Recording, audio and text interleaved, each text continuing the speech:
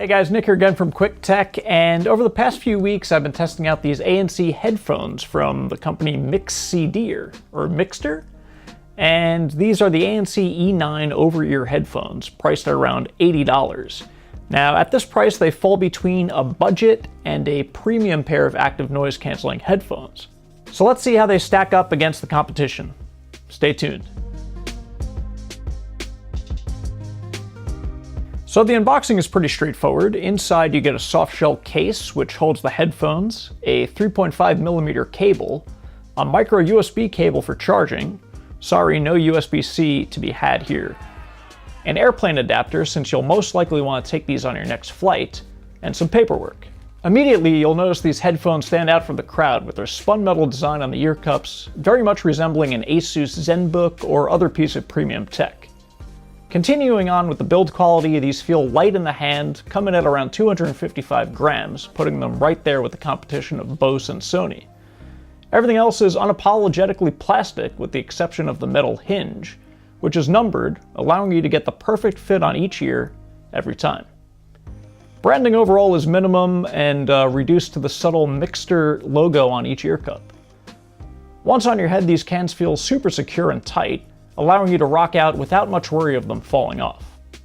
The headband is flexible and padded, and the ear cups have a nice protein leather cushion, which gave me no problem wearing for a few hours at a time. And you'll definitely have plenty of time to wear these without a charging cable nearby, as they get around 30 hours in wireless mode and a whopping 80 hours just using the ANC feature in wired mode. And if you're in a pinch, these also have a quick charge feature, so 30 minutes of plug-in time will allow for 10 hours of play. The ear cups swivel 90 degrees so you can hang them around your neck, and these also fold up nicely, so if you want to ditch the softshell case and just toss them into a bag, you can do that. In terms of I/O, pretty standard. So on the left ear cup you have your ANC switch as well as your 3.5mm input.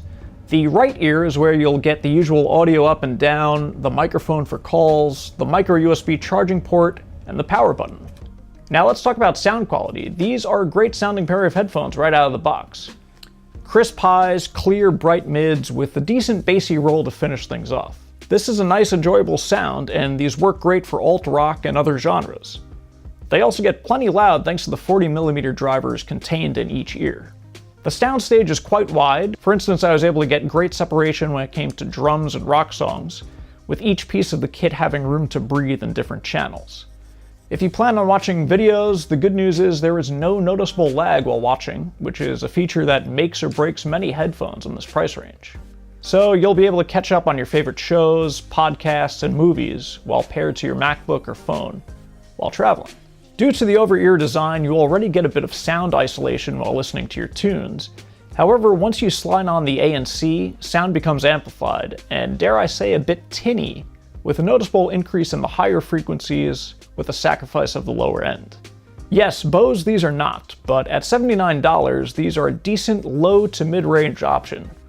The ANC does a great job at blocking out minor humming frequencies. For instance, our new Comcast router puts out a very loud, audible humming noise.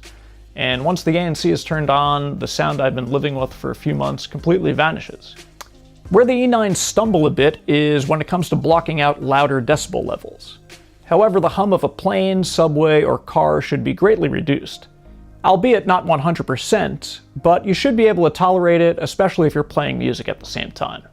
All in all, I'd say these are a decent pickup if you have a bit of cash to spare, don't want a truly budget option of ANC cans, but can't quite cough up the extra 300 beans for a true name brand experience.